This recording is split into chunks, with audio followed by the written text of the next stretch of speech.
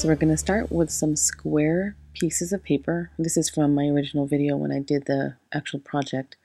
But I did a template on some scratch ivory cardstock that I had, and I cut it out. I was trying to figure out what kind of flower I wanted. So when I figured out that's what the shape that I wanted, I went ahead and just traced it onto my paper. And then I just cut them out. And I'm just doing them in 2 layers.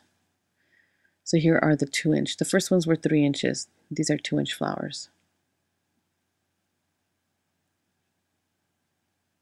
And I am using some Prima Nature Garden paper, and for the project I used Prima's Lyric and Divine paper. Beautiful paper. But I had some scraps of this one, so I'm using it.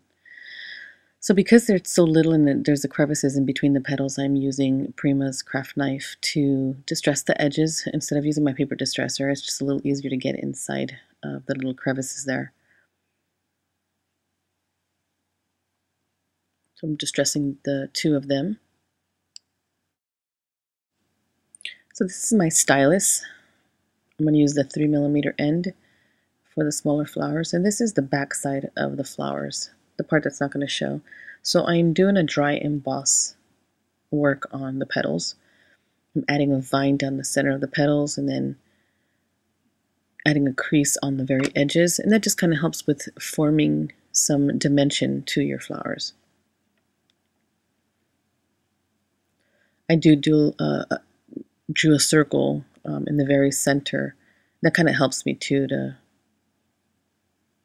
figure out where to start off with doing the vine down the petal, and it just gives it a little bit more of a look to the paper or to the actual flower. And you do have to be careful when you do that. I did end up just ripping a little bit of the paper on the underside. So now I'm using frayed burlap distress ink for the edges, and I'm just running them, and that's just gonna give a nice frame and a bold look to it. I also run the distress tool on top of the embossed vein and the very center circle of the flower, and it just highlights it very well. I like it, and it just gives that grungy look that I like.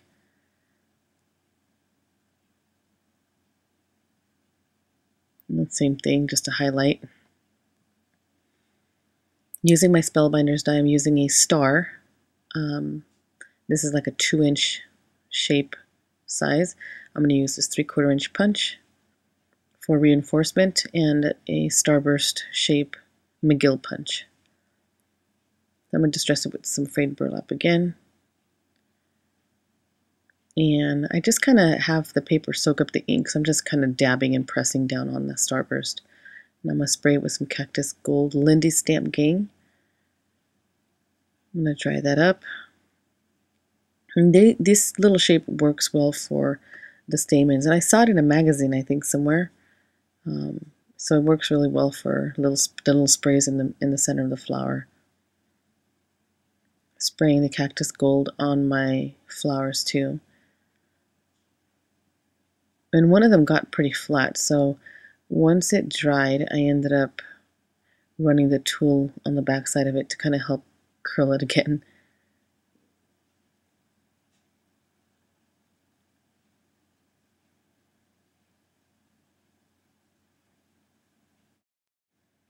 And there they are. It's at this time that you can assemble your flower to use flat on a card or a layout. If you want a lily with a stem, then continue to watch to see how I made mine. So first I'm going to start with piercing my star leaf with my piercing tool and the reinforcer. And the layer of flower that's going to be on the bottom is the one I'm going to pierce. This is the top one, where I'm just going to add the little stamens on top and just a little dab of glossy accents. Hold it for a second and then set it aside to dry using some 25 gauge wire, floral wire. You can find those at Michael's or Joann's. I'm using 3 pieces that are 10 inches long. I'm going to end up twisting it together just a little bit.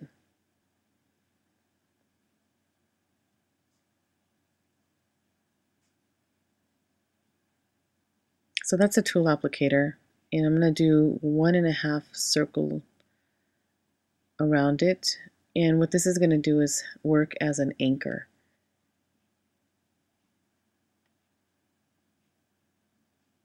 And this wire is very easy to handle. I use it all the time. So just with my pliers, I'm going to kind of coil it a little bit tighter, just so they kind of fall together, kind of like a slinky. And what I'm doing is kind of making the stem come out of the very center of that anchor there, so that it's not lopsided when I put my flower on it. Kind of smashing it down a tiny bit.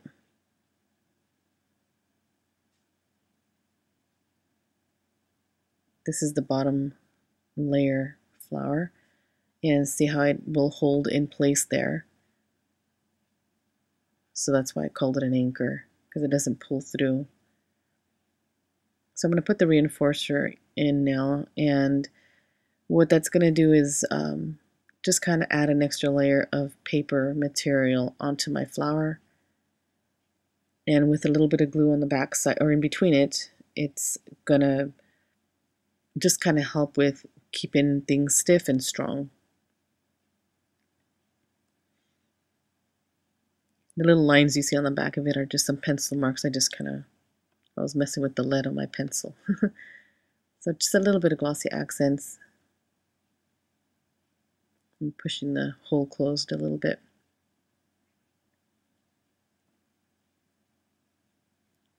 That should be dry. Okay. Now for the very top part, I'm going to make it a little less bulky, so I do pull one of the wires out. Just pull it up, clip it, and then I kind of tuck it back down. And try and flatten it there, and then just using just some regular hot glue. This works perfectly fine for me. I'm going to just add it on top of that, and you'll see that it doesn't leave a bulk in between. It really looks nice and flat. So I'm just going to use my nail to curl the petals a little bit more, since I keep flattening it out. And my little stamens too.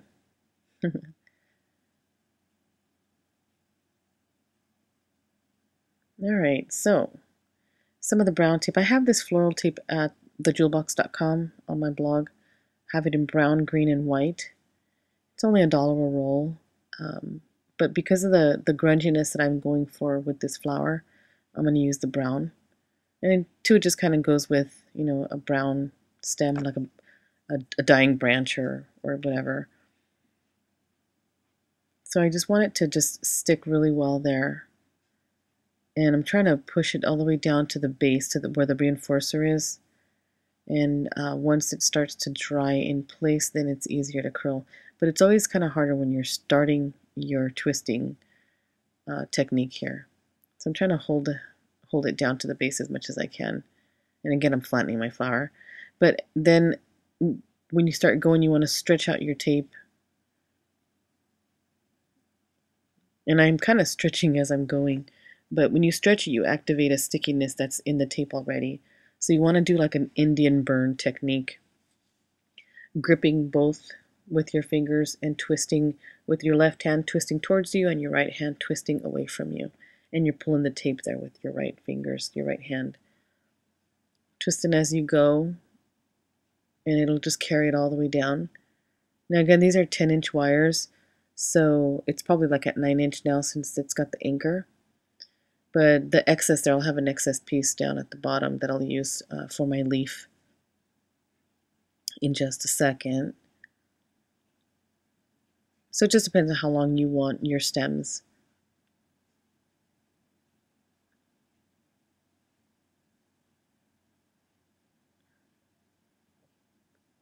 So I'm just bringing it back up. And glue always seems to help keeping it very, very secure. I do this with my floral sprays that I shared for Wild Orchid Crafts. And I'll have a link to that down below if anybody wants to see how I made my own floral sprays. So now I'm going to add and string the leaf star all the way in up against the reinforcer or the reinforcement punch. So again, with just a little bit of glossy accents, and this just kind of helps clean, make it look cleaner. So it does hide the little circle thing. So it looks like a, a real flower with the leaves on the bottom, on the underside of it. So I'm trying to arrange it to make sure that some of the leaf can show in between the petals. And since I embossed the first set of flowers, I didn't emboss these, but I'm using my nail again to kind of help with curvature and dimension.